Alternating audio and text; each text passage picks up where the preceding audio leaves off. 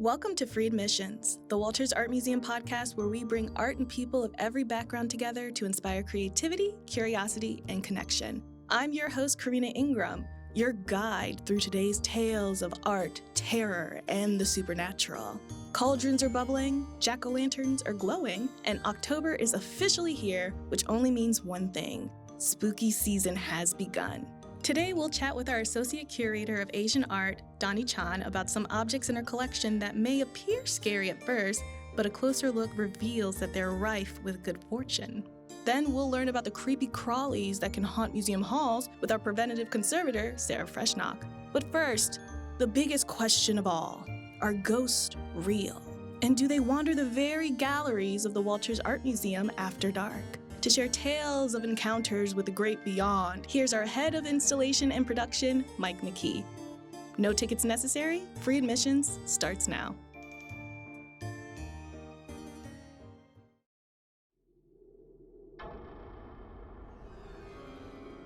Hello, I'm McKee. I'm the head of installation and production at the Walters Art Museum. I've been at the Walters since 1989, which brings us up to about 36 years. Are ghosts real? There is not a lot of evidence captured proving that ghosts are real, but I do personally believe that objects contain energy and that spectral beings may influence the objects that hold that energy.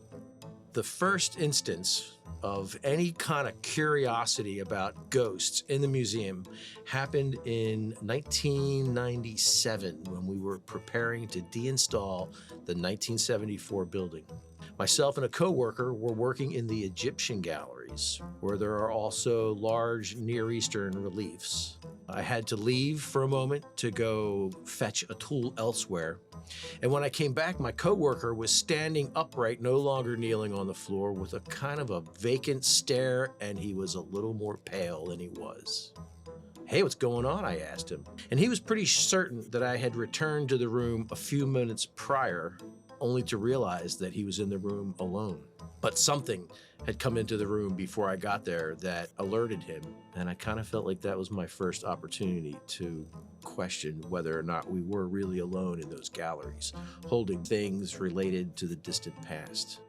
That's the 1974 building. That building is filled with artifacts that go back 7,000 years, and at the time also held 19th century objects, so a pretty good span of time. And that was really the only time moving those objects that something kind of unexplained happened. One of our buildings is connected to an adjacent building, and the connection is a long hallway that has several doors along that hallway. Security reported having gone through and locked all the doors, and as they were leaving, one of the doors, previously locked, clicked and opened by itself. That might have been a ghost. In 1991, the Walters acquired the Hackerman House, a building that was constructed on Mount Vernon. That's an old house. And old houses hold memories, and that house is not different. There's a finicky wooden cabinet original to the house, and the door sticks. The key doesn't always work, and this one particular time, the key just would not turn the tumbler in that cabinet door, so we called the locksmith. Locksmith couldn't come in that day, so he was going to meet us the following morning. And before he arrived, I just tried one more time, and the key just turned without any problem. Almost as if the ghost in that house was saying, no, don't get into this room today, come back tomorrow. That was one instance in Hackerman House that seemed a little strange. That didn't work at all yesterday, and then today it just opened up. That one West Hackerman House has other mysteries. There was a time when we removed a vitrine, which is a plexiglass box, from a display case. It only had 2 drilled holes in it, and they were relatively symmetrical. And when we went to put the box back on, the screw holes didn't match up. So we turned it back around because it's symmetrical, and they still didn't fit. Somehow, the holes no longer lined up with where they did originally. Never could explain that. I don't want to blame it on a ghost, but I don't not want to blame it on a ghost either. The building has lore. Others have witnessed a small girl cloaked in a black veil. She seems to hang out on the elevator sometimes. It's a curious elevator. It's a hot elevator in the summer. It's really like a chimney. When you get on there sometimes, you feel like you might not be alone.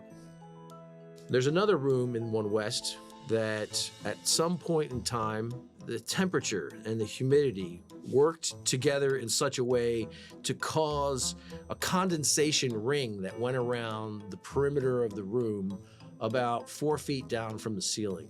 Never were we able to identify how this happened, why it happened, what caused it. Another curious opportunity for some ectoplasm to perhaps manifest itself in an otherwise quiet building. I have never seen a ghost at the Walters, but I've seen things move. We were hanging a painting from wires, and we wanted the painting to be centered between a fireplace and an exterior wall. The painting, although it is suspended, rests pretty solidly where it was, but it wasn't in the center. And when I stepped back to measure, the painting literally moved by itself over about a half an inch to find itself on center. The building may be haunted, but they are friendly ghosts. Thanks so much, Mike. Of course, these ghost stories are unconfirmed and all in good fun, so please no ghost hunting in our galleries. But if you find yourself on the One West elevator, see if you notice a strange shift in temperature. As Mike mentioned, with a museum full of objects from across time and place, you'll stumble across some works that are strange, otherworldly, and even downright scary. Now, they say that you should never judge a book by its cover, and the same can be said for art. But what do you do when the cover is a dragon's face, glaring back at you with eyes like fire? Some things in the museum might seem a little scary at first glance, but when you look closer at their historical and cultural context, the story can shift from frightening to fascinating. In fact, some scary objects are actually guardians, here to protect you on your journey. To chat about scary guardians in Across Asia, Arts of Asia and the Islamic World, here's Dany Chan.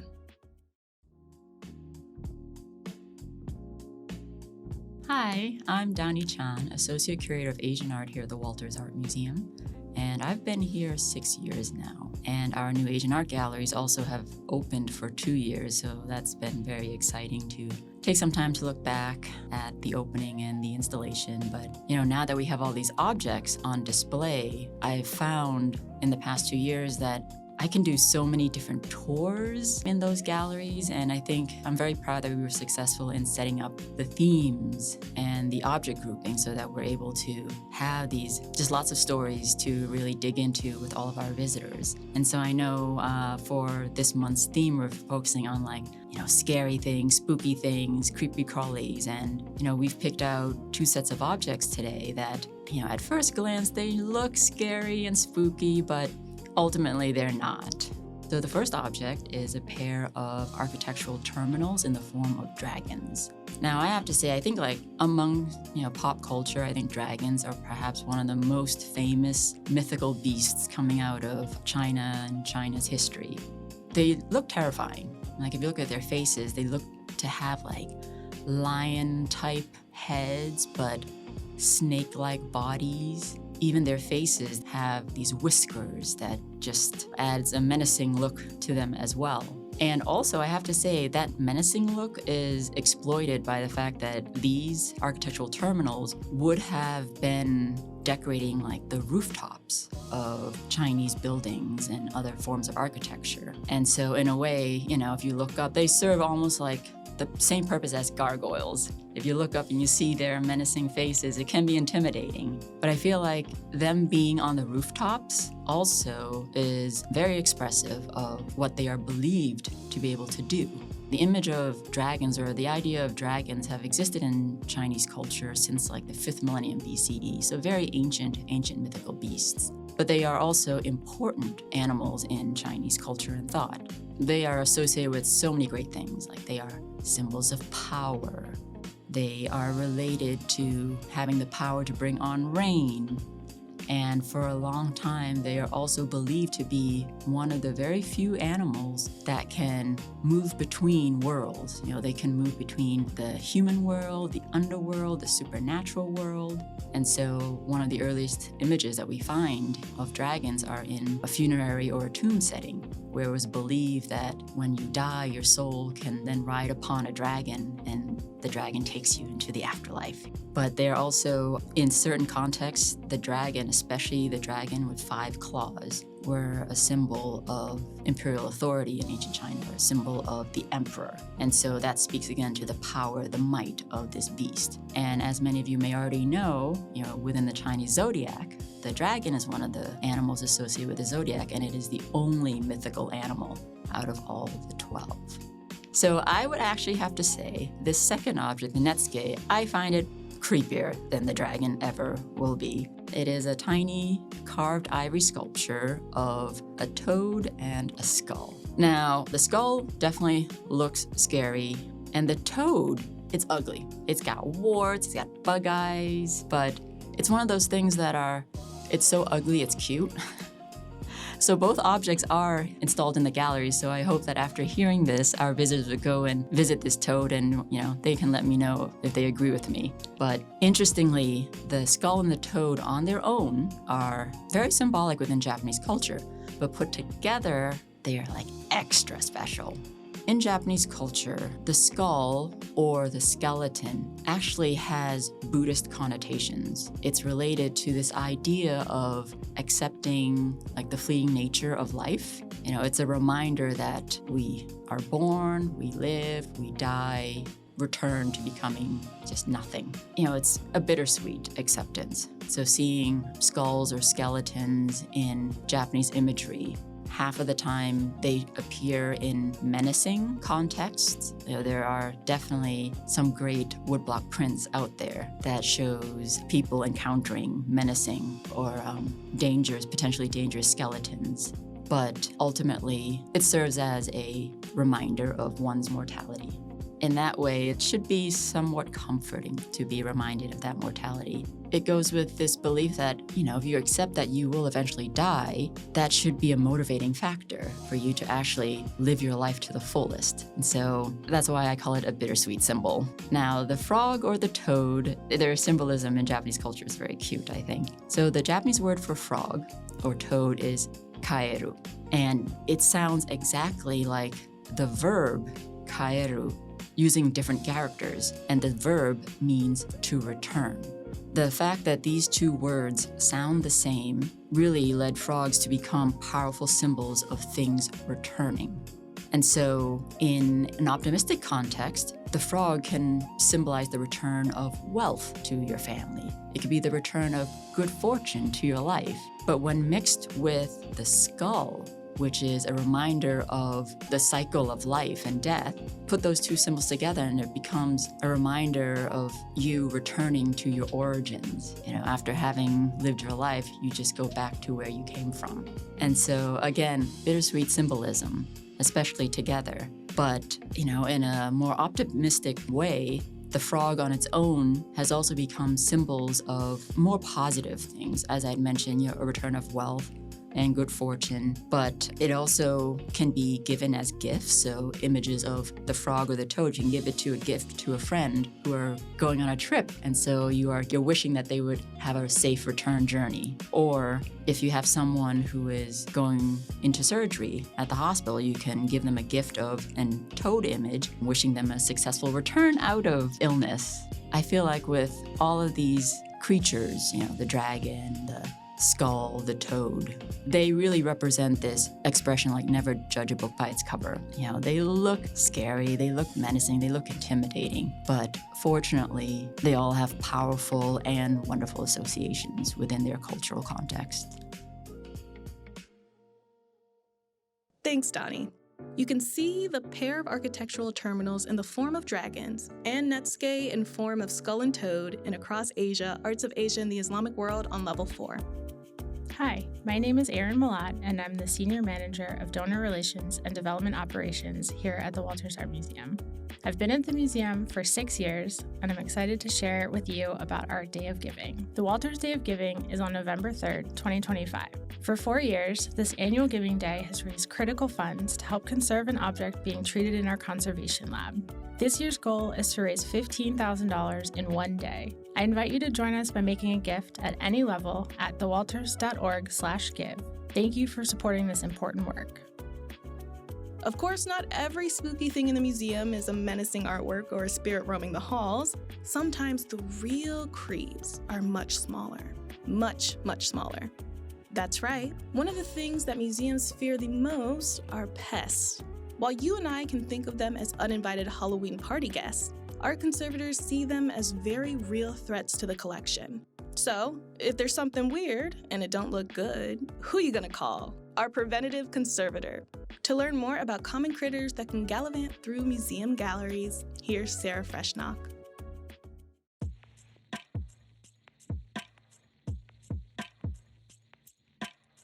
Hi everyone, I'm Sarah Freshnock. I'm the Assistant Preventive Conservator here at the Walters Art Museum, and I've been at the Walters for a little over 2 years now, and I am the Preventive Conservator here, and I'm the first Preventive Conservator at the Walters. Preventive conservation is a somewhat new area of focus for conservators. It's always been a part of what we do. It's the backbone, in my opinion, of conservation. We're trying to prevent damage, prevent risk, so that the artwork can be preserved and be accessible to the public for forever. I kind of think of myself as almost like the primary care doctor of the museum. We're trying to hold it all together, and then if things go wrong, which they rarely do, but sometimes things are happening under the surface, they go to my incredible other colleagues in objects, paintings, book and paper, etc. Because of that kind of everywhere all at once preventive conservation ideology, I work with almost everyone here in the museum with this goal of long-term preservation. I like to say that I handle everything that artwork comes into contact with, which is kind of like an abstract statement, but I really mean that, in that the relative humidity and the temperature, so just like the air that's around artwork, the light levels in the galleries, the materials that the artwork may be touching or maybe really close to, and then also pests, which is, why we're here today to talk about those bugs. I was like, bugs is probably like the unprofessional term, but pests. Which is like a wide range of things. Probably some things people are thinking about, some that you're maybe not thinking about as often. We have the conservation window on Fridays and Saturdays, small plug, where you get to actually come and speak to a conservator. We have the window open, you can chat with us. We have projects, things we're working on, and topics that we're interested in. And this past weekend, I was talking about IPM. IPM, Integrated Pest Management, is also a large part of my job. And I was showing pests under the microscope and kind of talking about why we look for pests, why we care about pests in the galleries, and people were like, oh, I didn't even think about that. And makes total sense. Why would you? The galleries are spotless. You would never even think there are any pests there. But we live in a bug world. There are bugs everywhere. We're never going to get rid of them. They're like an important part of our ecosystem, but they can damage artwork. There's lots of different types of bugs that are interested in artwork. And by interested in artwork, I don't mean that they're seeking out They're not looking for a Monet. They're not like, ooh, I'm really hungry today.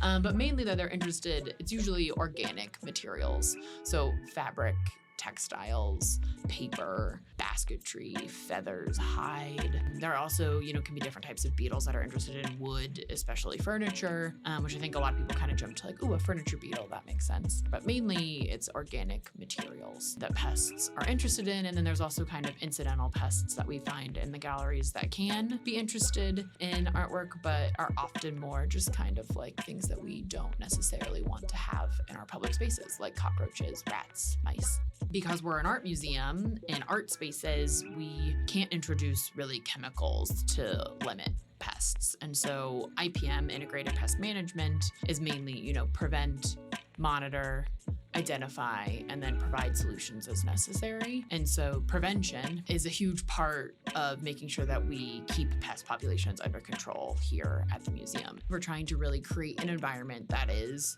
this in the nicest way possible, hostile to pests. We don't want pests feeling comfortable in our spaces, because even if, there's a rogue cockroach, which can be interested in paper materials, usually they're just out there scavenging for whatever they can find. If we catch a cockroach and then a bunch of other carpet beetles, which are really interested in taxidermy, especially in feathers and textiles and other things, a bunch of different domestic beetles, they want to eat that cockroach. And so when we have, and I'm really getting the nitty-gritty here for this scary factor, we really try to keep all pests under control, because the introduction of one thing is then a food source for lots of other pests. We check our pest traps. We have them out in the galleries in engineering. An engineer and I, Carrington Scott, and I once a month go through and check all of our traps. We track what we're looking at. We bring out the microscope and we track them in a spreadsheet, and I create a lot of different graphs talking about our pest population. So how are our domestic beetles from 1 month to the next? How are they year to year? How are they building to building?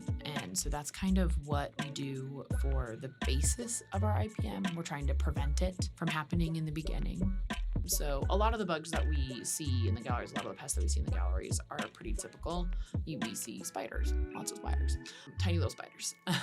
Spiders, we see a lot of silverfish. We're in old buildings. They've got a lot of gaps. Silverfish are kind of everywhere. And we see some springtails, which are these tiny little, I say cute because they're not really cute, but I think they have these like little tiny tails, which are fun. And those aren't going to impact the artwork, but they do mean that you have like some humidity in your space. So it's kind of a fun indicator to say, oh, we have some like moisture in this space. But then we also see some bugs that are not great for the collection. We see domestic beetles occasionally, odd beetles, hide beetles, lots of other kind of pests that could negatively impact the collection if they were to go kind of unchecked in collection areas. We see some powder post beetles, furniture beetles every now and then. Luckily and I probably am like jinxing myself, so I'm knocking on all wood, we don't see very many moths in the collection. And typically once you have one moth, you have a problem. For a lot of the pests I just mentioned, we see like 1 or 2 every now and then, and those are usually incidental intruders. But what happens if we start to see a lot of them is it means we have some sort of situation occurring, whether that was a candy bar that went unattended under a bench accidentally for a week or so and it kind of has caused a problem, or there's a hole in a wall somewhere in a gallery and it's causing a problem. And so usually we go and I try to hunt that down, and there's different ways you can do that. I look at the traps and I try to pinpoint where we're seeing a lot of those pests. We can use kind of lures that send out a pheromone that attracts those pests that are in question. Luckily for us, most of the collections that are going to be impacted by pests here at the museum, other than furniture, are typically inside cases, which really help us kind of limit access to the collection. And then we also just do a lot of monitoring. So there are objects in our collection that have been impacted by pests. And so every month I just give them a good glance over, because while we can treat objects that have pest infestation issues, and by treating them, I say we freeze them at really low temperatures for a couple of days, or you can do an anoxic treatment where you put them in an airtight bag and then you displace that air with nitrogen or CO2 gas to kind of remove all of the air around that object, and that kills the pests. So we can kill the pests, but that doesn't necessarily mean they're not going to be reinfested by something later in the object's life. So we're always keeping an eye on things, especially our taxidermy collections, because those are often the most tasty for pests. And then, we're just monitoring, we're identifying. We don't have that many crazy pest situations here at the Walters. I will say, because we're in downtown Baltimore, we do get some like beefy cockroaches. I don't know, Karina had asked if there was any scary or like potentially shocking pest situations, but I will say, luckily not that many that I can even think of in this moment. But there is nothing kind of worse than like picking up a pest trap and like holding it to your face. Like you don't realize that there's a big cockroach in there, but there is, because it's like, usually they like are kind of, their little antennae are poking out because they're so big. But every now and then Carrington or I will be in the galleries and we'll pick up one that we didn't expect to have, and it's like a response that you can't control. We both like scream, throw the trap. Like they're so big, they're so scary. But yeah, that's kind of, I think, the worst that can happen in my opinion. But I've gotten better. I think, you fake it till you make it when it comes to catching and picking up cockroaches. Somebody has to be in charge. If you're interested in learning more about conservation, learning about possibly how to become a conservator or how we got to where we are, if you're interested in talking about pests, I can't guarantee that I will be there in the window, but somebody will be there. We have the conservation window, which will be open Fridays and Saturdays. We've shifted the hours slightly, which is a new thing, and we're very excited about it. So Friday hours will be from 10 to 1 to really get in touch and interact with our fun school groups that are coming into the building often during that time period. And then on Saturdays, our normal schedule from 12:30 to 4. Come find us in the conservation window on the 4th floor of the Center Street building, right in kind of the Across Asia exhibition. We'll be talking about really fun conservation topics, some artwork, and you might be able to touch something depending on who's there. Maybe a piece of ivory, maybe a piece of parchment. You just never know. So come visit us. Thanks, Sarah, for all that you and your team does to keep the artwork safe. Free access to the Walters Art Museum online and in person is made possible through the combined generosity of individual donors, foundations, corporations, and grants from the City of Baltimore, Maryland State Arts Council, citizens of Baltimore County, Howard County Government, and Howard County Arts Council. To learn more about engaging with or supporting the Walters, visit thewalters.org/give.